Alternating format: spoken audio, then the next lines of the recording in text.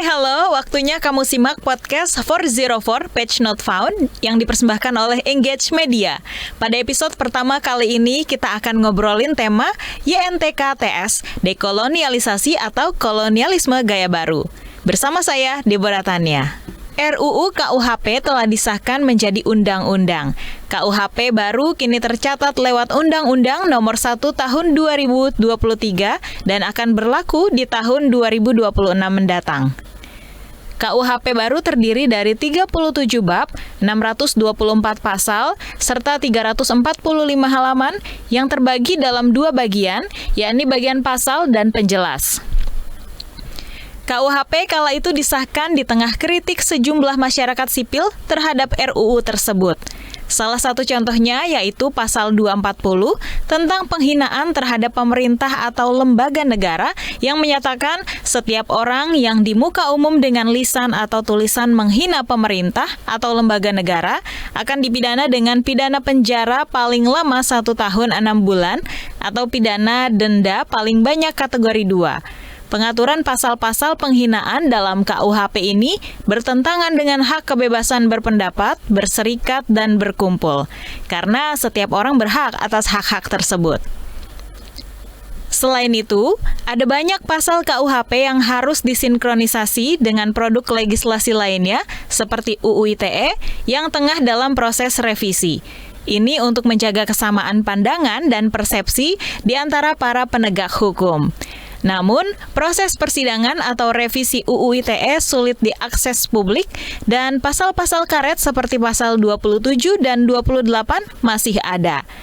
Partisipasi akademisi dan lingkungan universitas juga penting, terutama Fakultas Hukum yang mendorong terbukanya ruang dialog kritis terkait penafsiran KUHP. Lalu, seperti apa pandangan akademisi terkait pasal-pasal problematik yang masih ada dalam KUHP baru dan sinergitasnya dengan produk legislasi lain? Nah, saat ini kita akan berbincang langsung bersama kedua narasumber kita. Ada Mbak Bivitri Susanti selaku akademisi dan peneliti hukum tata negara, dan juga Muhammad Kevin Setio Haryanto selaku Menteri Advokasi dan Jejaring Masyarakat BMKM UGM. Halo Mbak Fitri dan juga Mas Kevin, apa kabar? Halo, kabar baik, makasih. Terima kasih. Ya, terima kasih sudah mau join di podcast pada episode pertama hari ini. Dan pengesahan KUHP ini kan baru jadi sorotan sebab beberapa hal ya, terutama terkait dengan cara pengesahannya yang dirasa terburu-buru dan sejumlah pasal KUHP ini dinilai mengancam demokrasi, kebebasan berpendapat, dan juga hak-hak pribadi masyarakat. Juga bisa memperluas potensi kriminalisasi untuk masyarakat sipil. Nah, Mbak Bivitri dan juga Mas Kevin, sebenarnya kalau secara umum terkait disahkannya KUHP baru ini, bagaimana tanggapan Mbak Bivitri dan juga Mas Kevin atas klaim tersebut bahwa dirasa nih KUHP ini yang terbaru sudah jauh lebih baik dibanding KUHP sebelumnya? Silakan. Dari Mbak Bivitri, silakan. Jadi kalau perbandingannya adalah KUHP sebelumnya, tentu saja jawabannya akan lebih baik. Tapi kan kita harus tahu konteks bahwa KUHP sebelumnya itu dibuat tahun 1917. Ya, lebih dari 100 tahun yang lalu dibuatnya. Jadi perbandingan kita harusnya tidak pada apakah lebih baik dari KUHP yang sebelumnya, tapi apakah sesuai dengan negara modern, dengan negara hukum Indonesia yang sudah merdeka, sudah modern sekali, 2023, bayangkan. Nah, jadi kalau lagi-lagi kalau buat saya, kalau pertanyaannya apakah sudah lebih baik dari yang sebelumnya, jelas lebih baik. Orang itu dibuat lebih dari 100 tahun yang lalu kok. Tapi kan kalau ukurannya, menurut saya ukurannya ada dua nih. Yang pertama adalah kita berbicara soal proyek dekolonialisasi hukum pidana. Nah, buat saya itu yang gagal sebenarnya. Jadi dalam konteks itu tidak baik jawaban saya. Yang kedua, ukurannya adalah bukan hanya dekolonialisasi, tapi soal negara Indonesia, NKRI ini, yang sudah jauh lebih demokratis, bahkan sejak tahun 45. Nah, dalam konteks itu pun, jawaban saya adalah gagal. gitu. Jadi harus dilihatnya dalam dua ukuran itu, bukan dalam perbandingan draft lama dan draft baru. Nah, kenapa tidak dalam draft lama dan draft baru? Karena kita harus ingat 100 tahun yang lalu itu bukan sekedar angka, tapi juga konteks. Konteksnya adalah masa kolonialisme, di mana memang pendekatan pemerintahan kolonial dimanapun kita berbicara pemerintah kolonial terhadap indigenous people di Amerika yang sekarang jadi Amerika Serikat, indigenous people di Australia, dan seterusnya, pasti bawaannya adalah mau membungkam karena mau merampas sumber daya alam dari tanah itu. Nah, itu tuh konteks yang dibawa oleh KUHP lama. Sekarang harusnya berubah, tapi ternyata itu yang belum berubah. Barangkali nanti ada waktunya kita bahas lebih lanjut. Tapi yang ingin saya bahas juga, kalau dikatakan klaimnya tidak bagusnya karena partisipasi, saya kira kita juga harus fair untuk melihat bahwa draft KUHP ini buat saya gagal tadi ya, bukan karena partisipasinya, Mbak. Menurut saya ini karena kalau dari segi partisipasi dan waktu, saya harus fair juga untuk bilang bahwa proses penyusunannya itu dimulainya sejak tahun 1960-an, dari saya belum lahir tuh. Ya, dan kemudian membahasnya juga sudah lama sekali. Nah, cuma kenapa tetap saya jadi tebaknya tuh bukan karena waktu yang sempit gitu ya, sebagaimana halnya revisi Undang-Undang KPK, misalnya kan 2 minggu tuh. Bukan karena waktu sempit, tapi karena tim perumus itu satu, mereka beranjak merumuskannya dari draft yang lama, jadi paradigmanya masih terbawa. Dan yang kedua, karena tim perumus memang juga para akademisi bidang hukum pidana yang memang terkenal, sebagian guru-guru saya waktu kuliah dulu, itu juga merasa punya otoritas yang tinggi sekali sehingga tidak mau dikritik dan tidak legowo mendengar masukan dari masyarakat luas. Yang sebenarnya menurut saya masyarakat luas ingin mengingatkan bahwa dalam konteks sekarang hukum pidana itu tidak bisa dilihat secara soliter. Pidana aja urusannya, nggak bisa. Hukum itu sekarang sedang dari segi kajiannya sedang semakin tinggi soal yang namanya lintas sektoral atau social legal studies.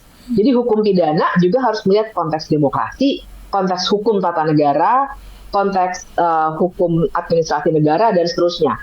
Tidak bisa bersikeras bahwa pokoknya kalau hukum pidana harus begini, harus ada soal penghinaan terhadap kepala negara. Meskipun kalau menurut hukum tata negara itu tidak boleh karena tidak demokratis. Menurut hak asasi manusia tidak boleh karena sudah ada di kovenan hak-hak sipil dan politik.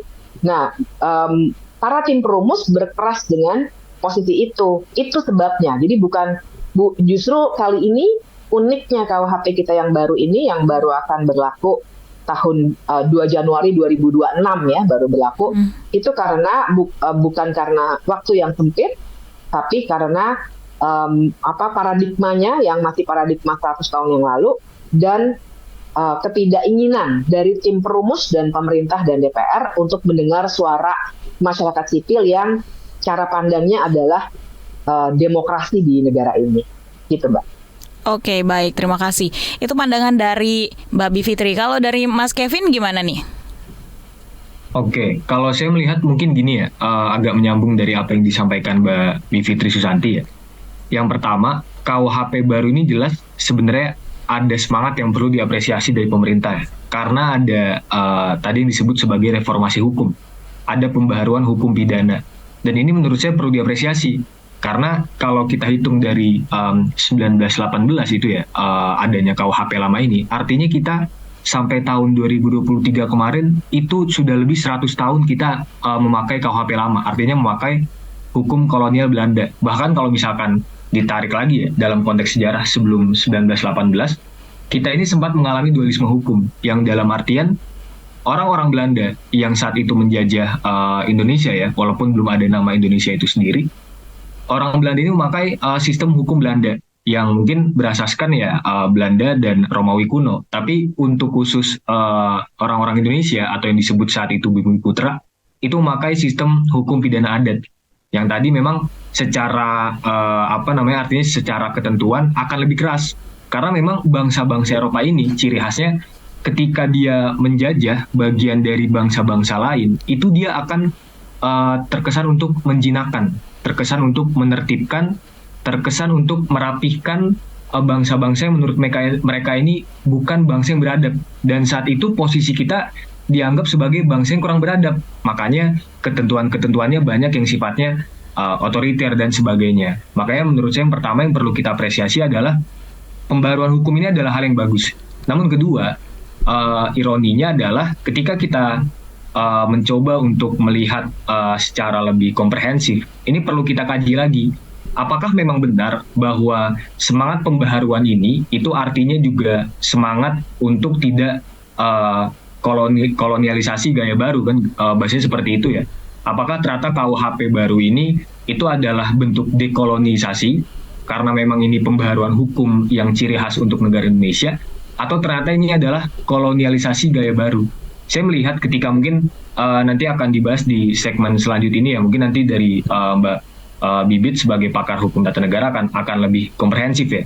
Kalau saya mungkin salah satunya melihat dari sisi misalkan pasal penghinaan presiden, pasal 218, ada juga mengenai pasal 256 soal demonstrasi. Ini kan sebenarnya salah satu indikasi dari kemunduran demokrasi yang biasanya ketentuan-ketentuan pasal ini itu digunakan untuk negara-negara monarki, untuk negara-negara yang memang punya sistem kekuasaan absolut gitu. Jadi ini kan menimbulkan pertanyaan, maka KUHP baru kita itu apakah benar dekolonisasi? Apakah benar untuk menghancurkan daripada ketentuan-ketentuan hukum kolonial Belanda, atau justru menghidupkan kembali? Cuma bahasa-bahasanya saja yang berbeda, artinya cuma dikopas, diparafrase, disesuaikan dengan bahasa-bahasa yang sekarang kita gunakan. Nah, menurut hemat pandangan saya secara umum, beberapa ketentuan khususnya mengenai kebebasan hak sipil dan politik di Indonesia, KUHP ini adalah bentuk kolonialisasi gaya baru. Untuk selanjutnya seperti apa mungkin nanti akan dibahas di segmen selanjutnya ya. Itu hemat dari saya, Mbak. Baik, kita ke Mbak Bivitri nih. Kalau dari catatannya Mbak Bivitri sendiri, pasal-pasal mana nih yang jadi concern karena dia bisa berdampak luas buat masyarakat tanpa terkecuali, Mbak? Banyak sekali ya, saya kira nomor pasalnya saya tidak hafal, tapi intinya misalnya penghinaan presiden gitu ya, kemudian ada demonstrasi tanpa pemberitahuan dan menimbulkan keonaran, kemudian ada yang paling gila menurut saya, larangan, gilanya karena buat saya nggak masuk akal tahun 2023 masih ada yang berpikir begini, larangan menyebarluaskan paham Marxisme-Leninisme dan pemikiran yang bertentangan dengan Pancasila misalnya itu. Jadi beberapa hal itu ya. Jadi paradigmanya tuh menurut saya kegagalan dekolonialisasi itu karena dua hal tuh, yang pertama dalam konteks demokrasi tadi ya, masalah mempelajari pikiran Marxisme-Leninisme, menghina dan mengkritik pejabat negara dan seterusnya, itu pertanda yang paling kuat dari KUHP warisan kolonialisme dimanapun di dunia ini. Jadi saya pernah dalam sebuah diskusi waktu itu kumpul negara-negara postkolonial yang sudah merdeka di suatu tempat gitu ya, itu banyak sekali, ada dari Barbados, dari India, Malaysia, itu kan semua postkolonial semua. Ternyata karakter KUHP-nya sama, tapi walaupun negaranya beda-beda. Kalau kita kan jajahnya Belanda, ada yang jajah Inggris tuh Malaysia, India ada Inggris dan seterusnya, karakternya sama persis. Ada yang namanya sedition law. Itu intinya tuh pasal yang membuat kegaduhan atau keonaran. Itu sama persis karena cara pandangnya memang pemerintah kolonial ingin menertibkan kita. Karena kan dulu kita dijajah ya, ada budak-budak juga. Kita tuh juga dulu pada masa penjajahan ada perbudakan juga. Bukan hanya bayangkan orang-orang di Amerika Serikat dengan konteks Afrika ya. Di Indonesia pun, di Jakarta ini ada beberapa tempat yang sebenarnya dulunya tuh pasar budak buat orang Belanda ngambil dari pulau-pulau lain di luar Jawa, karena katanya kalau budak Jawa itu suka memberontak, jadi ngambil tuh dari Manggarai, makanya ada pasar di Manggarai, ngambil dari banyak tempat lainnya, dari Bali dan seterusnya. Nah jadi dengan paradigma itulah ada KUHP dengan pendekatan yang sifatnya ketertiban. Nah yang kedua itu masih dalam konteks ketertiban tapi bukan dalam demokrasi, jadi karakter keduanya itu adalah ketika ada tatanan masyarakat yang dalam imajinasinya pemerintah kolonial itu juga ingin diterapkan gitu ya, dengan ketertiban yang luar biasa, makanya nggak boleh masuk ke pekarangan orang lain, dan seterusnya. Tapi dalam konteks Indonesia 2023 ini, kemudian malah dimasukkan pasal-pasal yang membawa moralitas. Jadi ketertiban kedamaian ala kolonialisme digantikan dengan ketertiban ala kelompok mayoritas. Misalnya saya kasih contoh konkret, ada pasal di bagian awal tuh kalau saya nggak salah pasal 2 ya, atau pasal 1 ayat 2 tuh tentang living law namanya. Yang intinya akan membolehkan daerah-daerah membuat aturan-aturan yang akan mengatur tindak pidana juga, tapi nanti harus dibuat dalam bentuk peraturan daerah. Kemudian ada lagi pasal mengenai kohabitasi atau hidup bersama di luar pernikahan, tapi jangan bayangkan harus 10 tahun hidup bersamanya, enggak. Jadi kalau orang sudah tertangkap berdua-duaan dan diadukan, karena itu delik aduan oleh keluarganya, maka dia bisa kena pidana. Atau bahkan yang juga menarik atau lucu atau sedih ya, ada juga misalnya pasal yang mengatakan nanti yang kena nanti orang-orang yang bekerja di sektor kehidupan malam yang memang nyata ada secara sosiologis, kalau kita membuat mabuk orang lain, atau kita menyangka bahwa kita akan membuat mabuk orang lain gitu ya. Misalnya bartender, ada orang minta tambah bir, dia harus bisa menilai ini orang bakal mabuknya gila nggak. Kalau iya, saya nggak boleh kasih. Kalau dia kasih, dia bisa kena pidana. Itu juga kan punya dampak nanti terhadap sektor pariwisata misalnya. Jadi hal-hal itu yang antara lain ya, karena ini pasalnya banyak sekali. Apakah ada yang bagus ya? Ada juga. Perubahan modernitasnya mulai dibawa, misalnya model pidananya itu sekarang ada kerja sosial begitu. Nah tapi paradigmanya itu yang masih dibawa, soal ketertiban yang berlebih-lebihan, dan kemudian ukuran ketertiban itu sekarang yang digunakan adalah dari kelompok mayoritas. Tidak hanya, dan jadi urusannya moralitas, tidak hanya soal ketertiban kedamaian hidup seperti di masa kolonial yang lalu. Kira-kira begitu tuh buat awal diskusi kita, Mbak. Oke, nih aku sebagai salah satu masyarakat sipil kok jadi ngebayangin gitu ya Mbak. Kalau misalnya pasal bermasalah ini diterapkan, pasti bakal ada pelanggaran HAM gitu ya. Kalau kira-kira pelanggaran HAM apa saja yang bisa timbul nih Mbak Bivitri? Terus kelompok mana saja yang kira-kira bisa terdampak? Yang pasti yang akan, sebenarnya kan semua bisa kena. Siapapun, kalau kita ibaratnya tuh kalau kita lagi sial, kita bisa kena. Karena begini, yang paling rentan, baik dulu ke pertanyaan Mbak, yang paling rentan tentu saja adalah kelompok minoritas. Jadi misalnya kelompok minoritas itu ya, misalnya dalam hal living law tadi, seandainya ada peraturan daerah yang kemudian mengkriminalkan perilaku tertentu, misalnya katakanlah cara berpakaian menurut agama tertentu, atau misalnya ekspresi gender, jangankan orientasi seksual, ekspresi gender tertentu kemudian dibuat jadi kriminal melalui peraturan daerah. Kita katanya sih nanti akan ada peraturan pemerintahnya, bukan katanya, harusnya ada PP-nya, begitu KUHP-nya bilang. Tapi kita belum punya PP-nya, jadi kita belum tahu. Tapi bayangkan saja dulu bahwa potensi kelompok minoritas seperti LGBTIQ, kemudian juga minoritas agama, minoritas etnis, itu jadi nantinya rentan untuk terkena peraturan-peraturan di tingkat daerah karena dianggap dia akan setara dengan KUHP gara-gara pasal living law itu.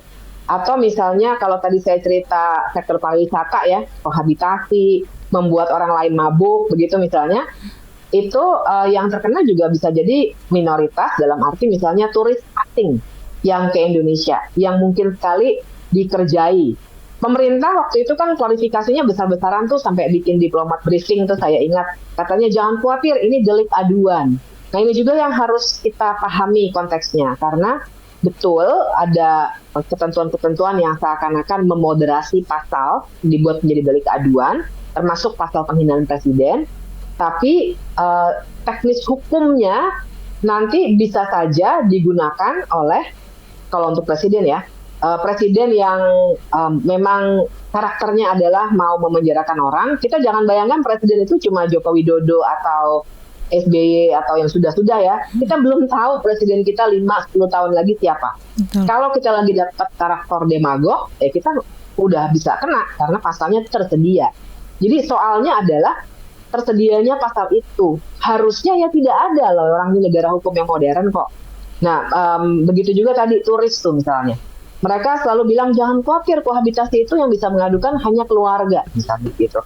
Tapi kita juga harus mensimulasikan bahwa akan ada situasi tertentu karena pasalnya tersedia, keluarga juga bisa dalam tanda kutip mengerjai anggota keluarga lainnya sehingga terjadi kriminalisasi yang sebenarnya tidak perlu. Apalagi mahasiswa, nanti saya kira Kevin bisa bicara lebih banyak deh. Misalnya mengadakan demonstrasi, kemudian tidak ada pemberitahuan, kemudian ada keonaran. Nah, waktu kami protes kan selalu dikatakan, loh kan itu hanya pemberitahuan bukan izin. Tapi ibu dan bapak di tim perumus, karena tentu saja tidak lagi demonstrasi, tidak paham ya Kevin ya, bahwa kalau kita demonstrasi itu pemberitahuan sudah berlaku seperti izin. Karena nanti akan ditanya dan lain sebagainya. Kemarin demonstrasi atau mogok makannya kawan-kawan untuk RUU PPRT saja itu bisa dibubarkan karena dianggap ada tenda yang tidak selayaknya ada dalam sebuah aksi misalnya. Nah itu nanti mahasiswa juga bisa kena karena keonaran itu juga bisa diciptakan juga, jangan salah. Nah jadi hal-hal contoh konkretnya itu seperti itu, semua bisa kena. Ya, sampai ada hashtag ya yang beredar banyak di masyarakat, semua bisa kena itu ya Mbak Bivitri. Mau dia orkai ke atau orang gak punya ke, mau dia anak muda, orang tua, semua bisa kena hashtagnya. Nah tadi kan kita sudah dengar pandangan dari Mbak Bivitri selaku ahli tata negara, hukum tata negara. Kalau misalnya kita dari pandangan mahasiswa nih, ada Mas Kevin Setio. Kalau dari sisi mahasiswa, apa saja sih pasal-pasal KUHP baru nih yang jadi concern buat teman-teman mahasiswa? Oke. Sebenarnya kalau misalkan dari mahasiswa sendiri ya, kita lebih banyak concern sebenarnya kepada ketentuan atau pasal-pasal yang berbicara soal kebebasan hak sipil dan politik di Indonesia. Kenapa demikian? Karena kan kalau misalkan mungkin Mbak Bivitri juga tahu ya, dalam artian generasi HAM ini kan yang pertama, yang paling penting itu adalah soal hak sipil dan politik, kemudian nanti turun ke ekonomi sosial budaya, ekososbud, lalu kemudian nanti ke hak-hak kolektif. Kenapa kemudian mahasiswa ini lebih banyak berbicara soal kebebasan hak sipil dan politik? Karena kita memahami bahwa penyelenggara negara itu perlu adanya konteks check and balance di sana. Saya pernah mendapatkan kuliah yang mata kuliah ini saya ambil di hukum pengawasan terhadap aparatur negara. Bahwasanya pengawasan terhadap penyelenggara negara ini nanti bisa dilaksanakan lewat 2 jalur. Yang pertama lewat jalur intraparlemen, artinya dalam parlemen itu sendiri, yang ini dilakukan oleh lembaga-lembaga penyelenggara negara yang mempunyai fungsi pengawasan, misalnya DPR. Walaupun perlu kita pertanyakan lagi nanti, apakah nanti kemudian DPR ini akan bisa efektif dalam melakukan fungsi pengawasannya, karena di sana kan banyak potensi konflik of interest juga, tapi saya pikir bukan di sini bahasa ya. Tapi kemudian yang saya ingin katakan adalah, poin keduanya adalah melalui jalur-jalur ekstra parlemen. Ini yang biasa teman-teman mahasiswa lakukan ya.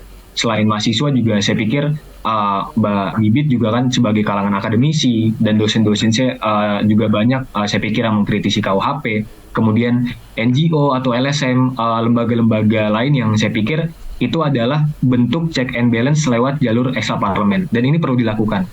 Karena begini, ketika misalkan ketentuan soal hak sipil dan politik ini sudah rusak, artinya kita bisa menilai indikasi ada turunnya nilai demokrasi, maka nanti otomatis nilai-nilai hak asasi manusia yang lain bisa turun juga.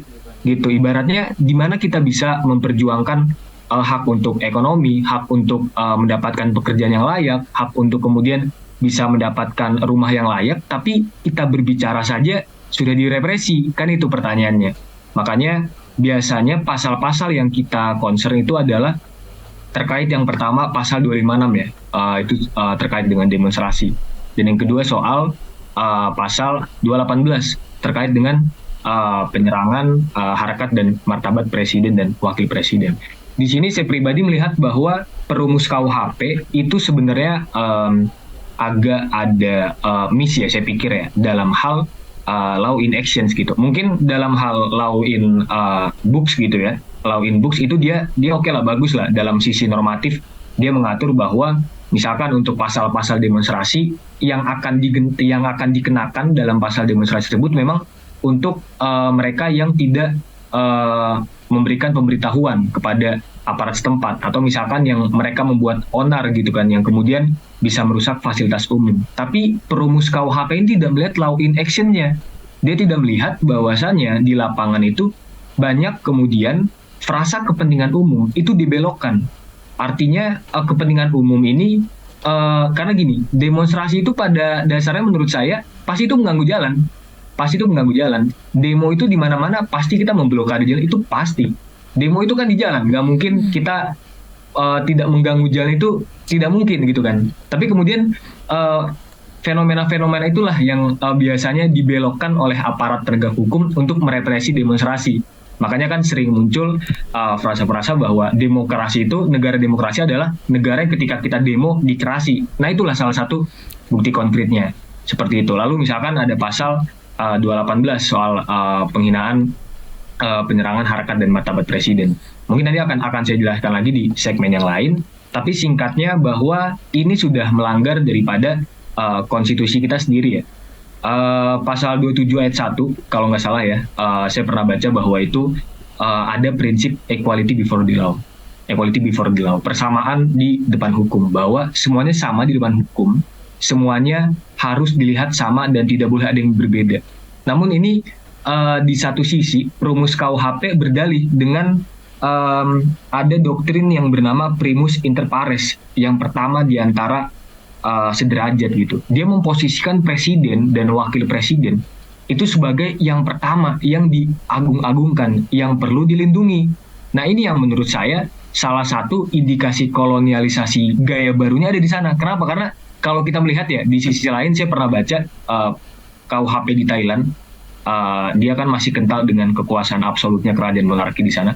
Pasal 112 KUHP di Thailand itu berbicara bahwa barang siapa yang memang menghina, menyerang harkat martabat presiden, bahkan tidak hanya kekuasaan ininya ya, tidak hanya kepala negara, tapi termasuk bupati sampai wali kota, dia akan dipidana di penjara. Itu berarti kan sama artinya, tidak ada bedanya. Bedanya hanyalah ya tadi saya bilang, hanya copy paste dan diparafrase dengan bahasa Indonesia saja. Tapi pada intinya sama. Kita tetap melanggengkan bagian-bagian dari kolonialisasi, tapi dilakukan dengan baik. Mungkin itu singkat hemat dari saya. Mungkin nanti untuk diskusi selanjutnya akan bisa saya jabarkan kembali. Jadi mungkin itu, Pak. Istilahnya tinggal permainan katanya aja, tapi intinya sama gitu ya, Mas Kevin ya. Nah, kalau dilihat belakangan ini kan pemerintah kerap melakukan safari ke kampus-kampus untuk sosialisasi KUHP ini ya. Gimana nih respon mahasiswa seperti Mas Kevin dan teman-teman lainnya? Apa yang bisa dipelajari dari situasi ini? Oke. Mungkin apa yang bisa dipelajari dari situasi ini adalah bagaimana kemudian pemerintah ini bersandiwara untuk bisa berdalih bahwa dia sudah melibatkan partisipasi masyarakat. Menurut saya poinnya di situ. Karena begini, kita melihat bahwa pemerintah melakukan safari. Tapi di satu sisi kita melihat safari ini sifatnya hanyalah sosialisasi satu arah. Bukannya ruang dialog terbuka yang kemudian bisa mendengarkan suara-suara masyarakat di sana. Karena kan kalau misalkan kata MK, putusannya itu ada namanya prinsip meaningful participation ya. Artinya prinsip-prinsip yang dia berhak untuk didengar, untuk dipertimbangkan pendapatnya, dan untuk kemudian dijawab atas pertimbangan pendapat tersebut. Tapi safari kampus ini kan tidak demikian. Pemerintah hanya datang ke kampus-kampus, safari di seluruh provinsi di Indonesia, dia datang, dia hanya memberitahu bahwa nanti pemerintah akan melakukan pengesahan KUHP, ini loh isinya, bahwa ini baik. Bahkan dikasih doktrin bahwa KUHP ini baik. Beberapa kali mungkin teman-teman bisa melihat ya berita-beritanya yang viral juga di YouTube atau media sosial, banyak bisa kita lihat. Ketika ada mahasiswa yang berusaha memberikan kritik secara tajam di forum itu, malah dikeluarkan dari ruangan. Ini kan menurut saya mungkin sosialisasi juga bukan ya. Ini hanya untuk doktrinisasi KUHP saja. Tidak ada ruang dialog terbuka di sini. Gitu, dan ini menurut saya salah satu indikasi dari cacat formil sebenarnya. Karena kan kalau misalkan kita melihat dari Undang-Undang P3 soal pembentukan peraturan perundang-undangan, itu jelas bahwa harus ada selain partisipasi masyarakat, soal keterbukaan juga ya. Draft KUHP ini saya pikir beberapa kali sempat dibuka di publik, dan pemerintah sempat menjamin untuk kemudian nanti dia menerima pendapat masyarakat, tapi hasilnya apakah diubah pasal-pasal tersebut? Tidak. Pada akhirnya 624 pasal di KUHP itu yang diubah hanyalah pasal-pasal yang tanda kutip tidak terlalu penting seperti itu, yang itu bukan menjadi concern utama masyarakat, yang itu tidak ada kaitannya dengan demokrasi. Pasal-pasal yang dari awal kita kritik soal penghinaan presiden, soal demonstrasi, kemudian soal apa-apa yang tadi mungkin sudah disebut Mbak Bivitri Susanti atau Mbak Bibit ya, itu tidak diubah. Yang diubah hanya pasal-pasal lain.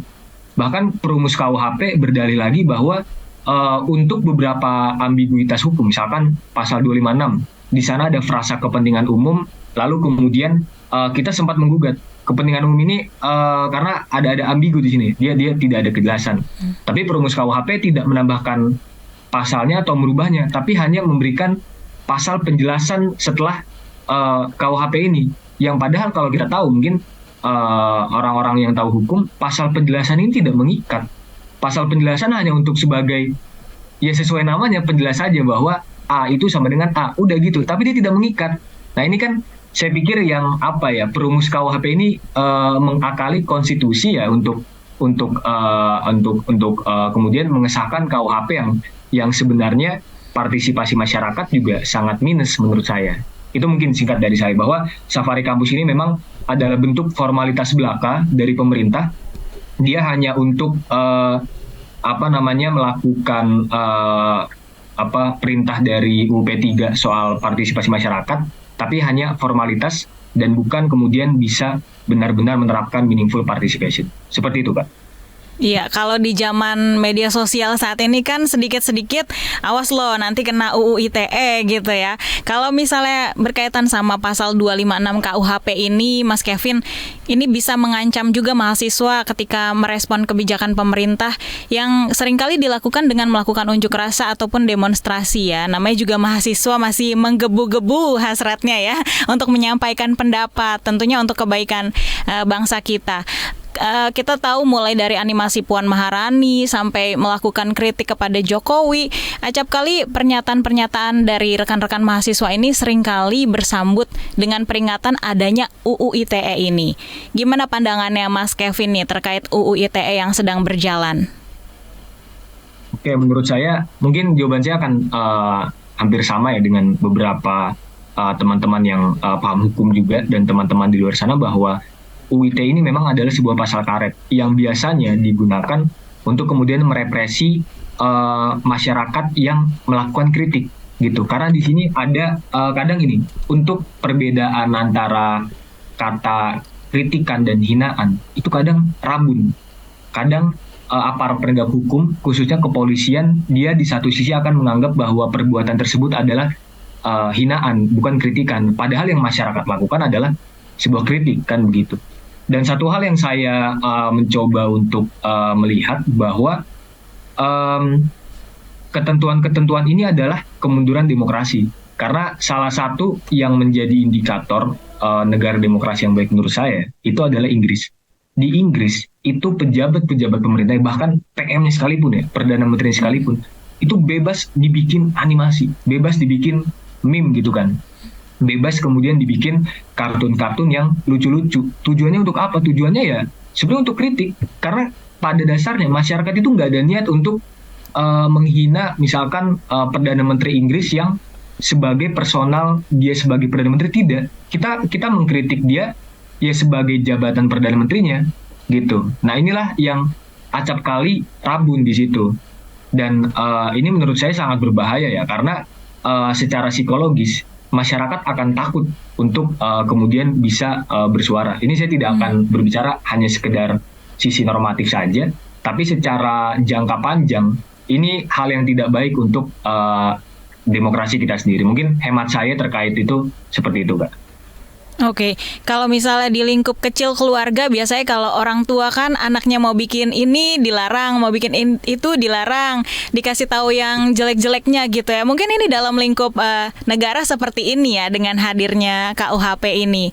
Baik, kita ke Mbak Bivitri lagi nih. Kalau dari Mbak Bivitri sendiri, gimana pandangannya terkait sinergitas KUHP sama UU ITE nih Mbak? Seperti apa harmonisasinya? Jadi kalau dari segi hukum, pastinya nanti yang lebih belakangan diundangkan itu yang berlaku. Pada prinsipnya begitu. Sehingga nanti mulai tahun 2026 nanti yang berlaku itu yang di KUHP. Tapi perlu saya beri catatan kaki bahwa saat ini Undang-Undang ITE itu sudah dibahas diam-diam. Jadi nggak ada yang tahu. Kami baru tahu juga belakangan, kemudian langsung diributkan oleh kawan-kawan serius, kawan-kawan SafeNet, bahwa ternyata Undang-Undang ITE itu tengah direvisi sekarang nih, as we speak gitu.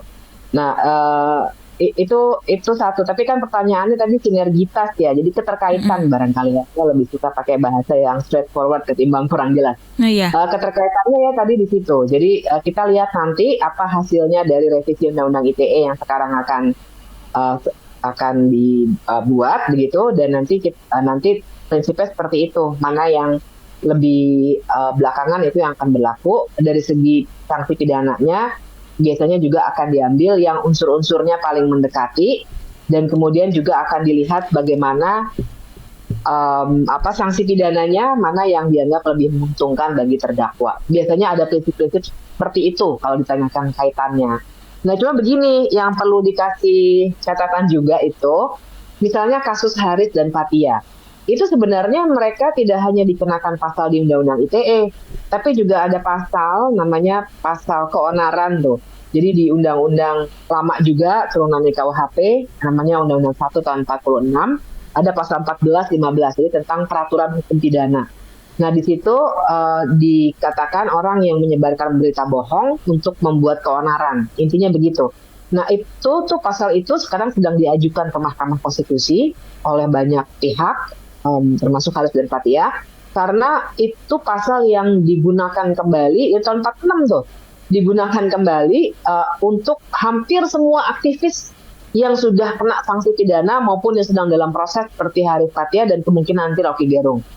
Karena pasal itu yang paling mudah ditwist, karena karet ya, begitu mudah nanti diinterpretasikan sesuai dengan keinginannya penguasa. Karena keonaran itu bisa diinterpretasikan aslinya nih, kalau tahun 46 itu konteksnya kemerdekaan. Karena waktu itu tahun 46 saja masih banyak daerah-daerah di pelosok-pelosok tanah air kita yang belum tahu Indonesia udah merdeka, misalnya gitu ya. Kemudian bisa ada kegaduhan, keonaran, dan seterusnya. Makanya hukumannya berat 10 tahun. Tapi di konteks yang sekarang, itu untuk kasus Haris dan Fathia misalnya, yang mau dibangun adalah keonaran di media sosial. Orang berbantah-bantah di YouTube itu mau dimaknai sebagai keonaran. Atau dalam kasusnya Rocky Gerung misalnya, orang-orang yang datang ke rumahnya ngelempar-lemparin tomat dan telur, menurut saya itu juga upaya untuk mengkonstruksikan yang namanya keonaran. Padahal bukan itu dulu konteksnya ketika pasal itu dibuat gitu. Jadi saya kira kalau pertanyaannya keterkaitan, nanti akan dilihat ada teknis hukumnya. Tapi soalnya bagi saya bukan soal keterkaitan, tapi bahwa tidak boleh harusnya ada peraturan hukum pidana apapun, mau Undang-Undang ITE, mau KUHP, yang membungkam kebebasan berpendapat secara pidana. Kita mungkin boleh aja protes, misalnya kenapa Rocky pakai bahasa yang buruk, protes aja, mungkin kesel, mungkin kasih cancel culture, boleh aja. Tapi mempidanakan seseorang, itu soal yang berbeda. Dan itu artinya menggunakan sistem hukum untuk emosi-emosi dari sesuatu yang sifatnya abstrak. Tidak boleh itu dalam sebuah hukum publik. Hukum pidana itu manfaatnya bagi rakyat, bagi masyarakat adalah untuk mengatur perilaku tindakan-tindakan konkret yang bisa diukur. Jadi nggak ada tuh misalnya penipuan, pencurian, dan seterusnya. Tapi kalau kita benci sama orang, kemudian itu yang ingin membawa orang itu dipenjarakan atau apapun ya, kayak misalnya pasal-pasal blasfemi itu pasal-pasal penodaan agama, sebagian memang sudah dihilangkan di KUHP baru, tapi sebenarnya masih ada yang bisa menyinggung soal itu misalnya. Nah itu kan artinya kita mau memidanakan perasaan benci pada orang, itu yang seharusnya tidak ada. Jadi persoalannya di situ, bukan sekedar pasalnya bagaimana atau nanti bagaimana teknisnya. Harusnya itu tidak boleh ada dalam sistem hukum pidana kita. Baik, Mbak Bivitri, terkait UU ITE nih, saat ini UU ITE kan tadi Mbak Bivitri bilang sedang direvisi secara diam-diam gitu ya. Apa sih rekomendasi Mbak Bivitri kalau dikaitkan dengan keberadaan KUHP baru ini? Iya, itu tadi ya, menurut saya sih kalau Undang-Undang ITE-nya sendiri, pasal-pasal yang sering digunakan untuk membungkam para aktivis, itu harusnya hilang total. Biarkan Undang-Undang Informasi dan Transaksi Elektronik itu benar-benar soal informasi dan transaksi elektronik. Jadi misalnya tanda tangan digital tuh kayak apa? Boleh nggak ditempel begitu saja dari sebuah gambar? Itu kan sebenarnya bukan tanda tangan digital ya. Yang jadi kasus kan kemarin pas penetapan salah satu dirjen yang ternyata sangat-sangat dikritik karena dia pakai tanda tangan foto tanda tangannya almarhum Pak Sarwono misalnya begitu ya. Jadi hal-hal seperti itu, pembuktian digital di pengadilan gitu. Tapi untuk pasal yang membungkam orang, atau kita juga kadang-kadang gunakan misalnya untuk video-video porno yang menyebar, misalnya gitu. Bukannya soal-soal mendasarnya siapa yang menyebarkan, seringkali yang kena adalah korban sendiri misalnya, yang bisa aja sebenarnya banyak sekali kan sekarang namanya kekerasan berbasis gender online, KBGO, yang sebenarnya korban dia yang kena Undang-Undang ITE. Nah pasal itu Mbak menurut saya harusnya di-delete total, nggak boleh ada dalam Undang-Undang ITE. Kembalikan Undang-Undang ITE jadi soal transaksi elektronik. Di KUHP-nya pasal itu juga seharusnya sekarang tidak ada sama sekali. Jadi menurut saya sih kalau begitu dimungkinkan ada ruang politik untuk memperbaiki KUHP, itu pasal-pasal yang membungkam masyarakat sipil itu semua harus hilang. Tidak hanya yang online, tapi juga yang tadi tuh demonstrasi, kemudian menghina atau mengkritik pemerintah, itu semuanya harusnya dihilangkan dari KUHP kita. Oke, baik. Nah ini untuk kedua narasumber kita pada podcast hari ini, baik dari Mas Kevin dan Mbak Bivitri nih. Apa tindakan konkret yang bisa dilakukan oleh pihak kampus sebagai mahasiswa dan akademisi tentunya untuk mengadvokasi KUHP yang mulai akan diterapkan pada Januari 2026 ini? Mungkin ke Mbak Bivitri dulu ya.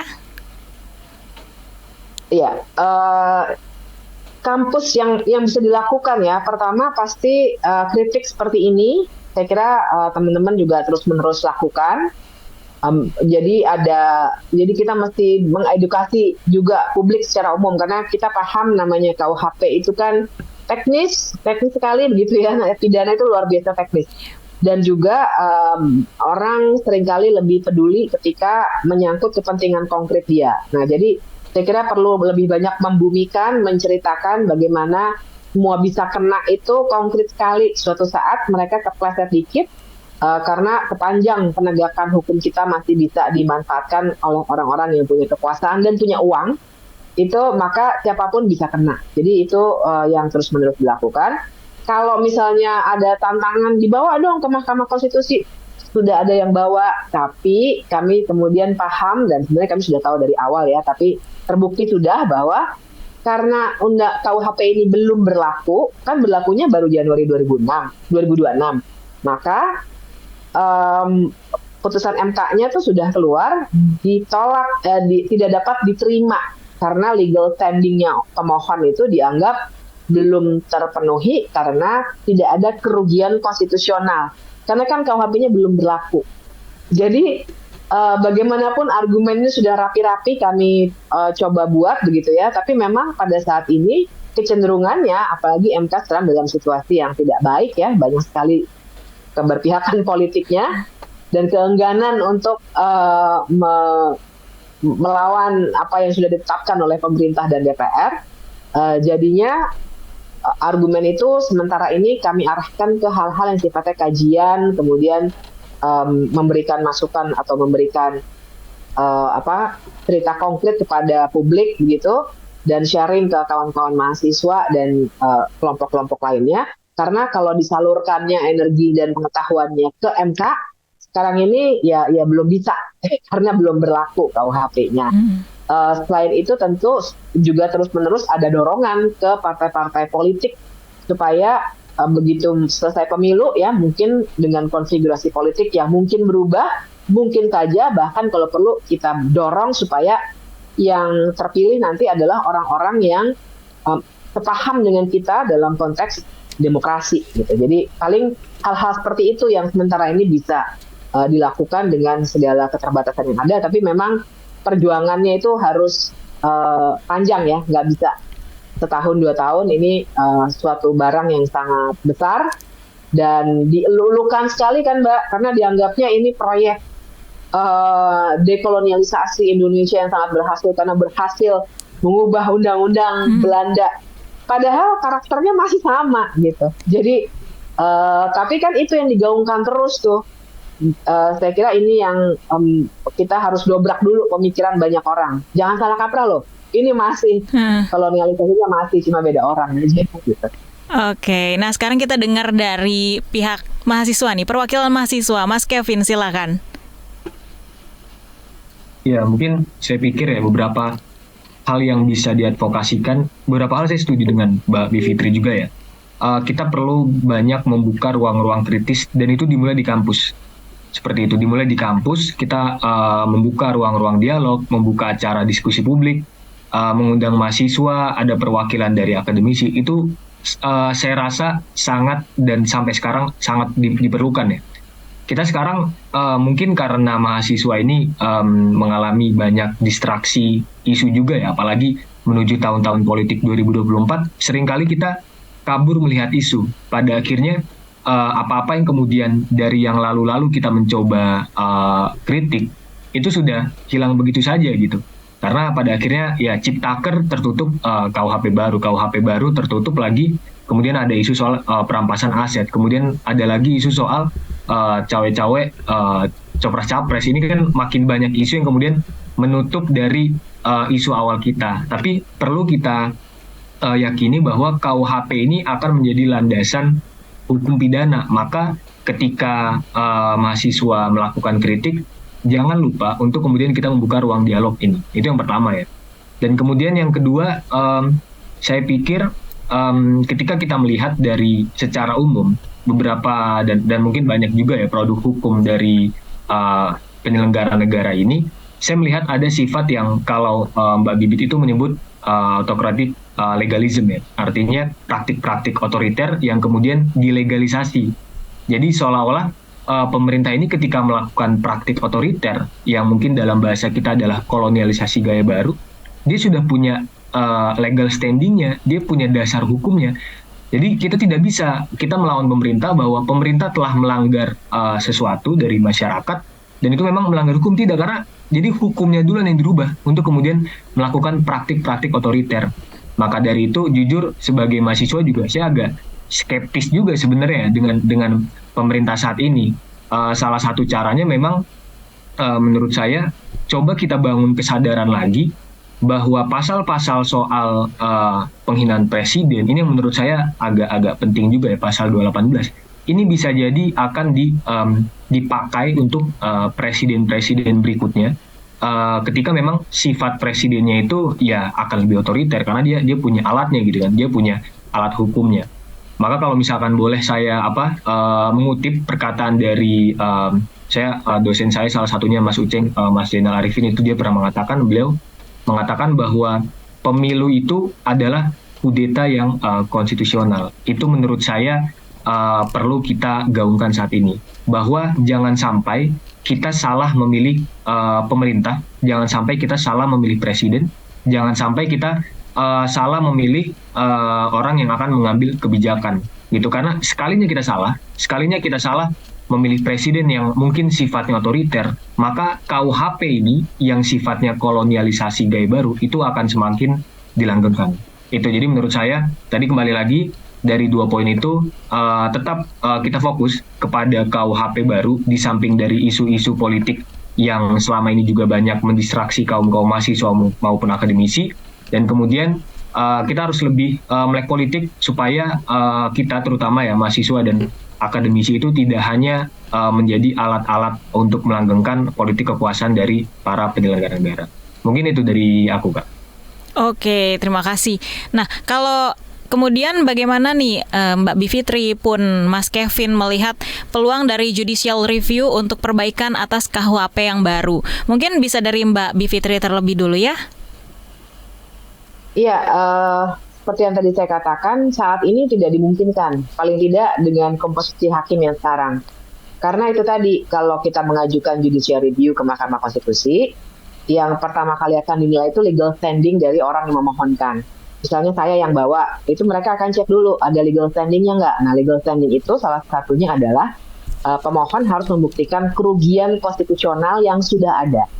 Nah, repotnya, karena KUHP itu baru berlakunya Januari 2026, ya pastinya belum diberlakukan. Jadi misalnya saya punya pemikiran yang seperti tadi saya sampaikan, saya bawa, saya belum bisa membuktikan kerugian saya, orang belum berlaku KUHP-nya. Jadi pasti sudah dapat diterima, pasti gitu. Jadi kalau nanti katakanlah 2027 kita mau mengadakan pengujian atau memohonkan ke MK, ya bisa dicoba, barangkali saja bisa berhasil kalau memang bisa membuktikan legal standing-nya. Tapi kemudian kita harus ukur juga, karena sekarang ini kan Mahkamah Konstitusi juga dalam situasi yang tidak baik-baik saja. Ada pembusukan dari dalam. Mahkamah Konstitusinya ada berfungsi tetap seperti biasanya, saya juga masih sering ke sana. Tapi kita tahu bahwa pertimbangan-pertimbangan hakim, kalau kita baca putusan-putusan belakangan ini, mulai dari putusan perpanjangan pimpinan KPK yang dari 4 tahun jadi 5 tahun, inkonsistensinya luar biasa. Terus putusan yang sebelum-sebelumnya juga ya terkait Undang-Undang Cipta Kerja dan banyak lainnya, Undang-Undang Minerba, Undang-Undang IKN, itu kelihatan karakternya sekarang ini Mahkamah Konstitusi sering lebih banyak berpihak pada pada pemerintah dan DPR sebagai pembuat undang-undang. Mereka enggan untuk bilang bahwa suatu undang-undang itu inkonstitusional, padahal mereka harusnya lebih objektif. Kalau kita baca pertimbangan-pertimbangan hukum dari Mahkamah Konstitusi belakangan ini, itu sangat terbaca karakter seperti itu. Kan kita juga tahu bahkan satu hakim akhir tahun lalu itu diganti di tengah jalan, sebenarnya ilegal jelas itu. Tapi apa boleh buat ya, politik itu mengatasi akhirnya hukum. Jadi kami sudah berikan masukan ke Pak Jokowi supaya jangan dilantik Pak, ini DPR-nya ngaco. Tapi toh juga diabaikan. DPR-nya sendiri sudah ngaco karena itu ilegal. Kenapa dia diganti? Pak Aswanto digantikan oleh Guntur Hamzah. Karena Pak Aswanto waktu itu dipandang, kecurigaan kami ya, bisa jadi tidak terbaca dalam dokumen. Tapi kita coba investigasi. Karena dipandang, dan sudah ada pernyataan sebenarnya dari Pak Bambang Pacul di media massa, kami ganti nih karena MK yang sekarang terlalu sering membangkang hal-hal yang sudah kami buat di DPR. Itu dalam sebuah negara hukum tidak boleh terjadi. Kunci dari kemandirian kekuasaan kehakiman adalah masa jabatan yang fix bagi hakim, karena dia harus objektif. Begitu seorang hakim di tengah jalan bisa dicopot karena putusannya, bukan karena kelakuan ya. Kalau kelakuan kita tahu memang ada hakim MK yang lagi di penjara sekarang, namanya Patrialis Akbar dan Iqbal Mokhtar. Karena korupsi, itu wajar. Tapi kalau putusannya dinilai, dianggap jelek oleh politisi, kemudian dia diganti supaya dimasukkan orang yang akan nurut sama politisi, itu udah menghancurkan negara hukum. Nah itu sudah terjadi. Dan kita juga tahu, Ketua MK sekarang adalah adik ipar dari Presiden Jokowi gitu. Jadi itu sudah tercermin karakter itu pada putusan-putusan yang keluar belakangan ini. 2027 mungkin saja bisa ada sedikit perbaikan, tapi kita harus skeptis dulu karena nyatanya MK sendiri dan para politisi sedang berusaha menutup kemungkinan orang baru masuk. Jadi sekarang usia minimum hakim itu 55 dinaikkan dari 47 dan sekarang lagi digodok lagi revisi undang-undang MK-nya akan dibuat dinaikin lagi jadi 60. Jadi harapan kita untuk punya hakim-hakim yang lebih progresif sementara ini akan tertutup gitu. Jadi saya kira di titik ini Mbak, sayangnya saya belum bisa memberikan catatan positif, semuanya masih negatif karena situasi MK kita tidak baik-baik saja dan karena memang KUHP itu belum berlaku. Gitu. Baik, dilanjut dengan Mas Kevin, silakan. Iya, kalau saya mungkin hampir mirip ya dengan jawaban yang sudah dikatakan Mbak Bivitri, bahwa secara normatif sebenarnya bisa-bisa saja. Artinya ketika memang ada bukti kerugian konstitusional yang dialami oleh warga negara. Karena kan kerugian konstitusional ini adalah hak yang sudah diatur dalam konstitusi ya. Dan pun ketika kita tadi ya, aku coba berbicara lagi soal pasal 218 penyerangan harkat dan martabat presiden. Bagi saya pribadi, itu saya melihat ini sudah melanggar hak konstitusional warga negara. Karena di pasal 27 ayat 1 sudah menyatakan bahwa semua warga negara itu dianggap sama di mata hukum. Prinsipnya tadi yang sudah saya katakan sebelumnya, equality before the law. Artinya ketika ada prinsip primus inter pares di sini, ketika ada memang yang diprioritaskan lembaga negara atau seseorang ini, artinya ini sudah melanggar ya hak dari seluruh warga negara gitu. Karena untuk apa di atas-ataskan gitu kan? Karena kalau misalkan kita berbicara secara logik ya, pemerintah itu kan dia sudah punya kekuasaan, dia sudah memegang 3 cabang kekuasaan ya, legislatif, yudikatif dan eksekutif. Artinya dia ini punya kuasa yang sangat besar untuk melakukan sesuatu dan juga untuk bertindak sewenang-wenang. Artinya justru secara logik kalau kita berpikir logika ya, yang seharusnya dilindungi itu harkat dan martabat di warga negaranya, bukan si presiden dan wakil presidennya. Untuk apa seseorang yang sudah punya kekuasaan sebegitu besarnya kemudian dilindungi lagi?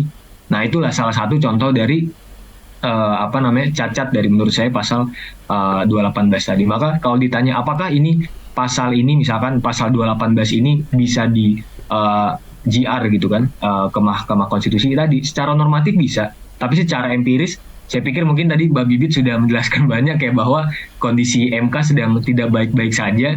Dan ya jujur kalau kita melihat juga negara kita ini bukan negara lagi hukum gitu kan, bukan lagi supremasi hukum tapi supremasi politik. Artinya politik yang harusnya itu berjalan di atas koridor hukum, namun sekarang hukumlah yang berjalan di atas koridor politik. Maka secara empiris, artinya secara fakta di lapangan, tahun 2026 atau tahun 2027 saya ragu hakim Mahkamah Konstitusi ini akan mengabulkan GR terkait pasal-pasal yang dinilai kontroversial ini.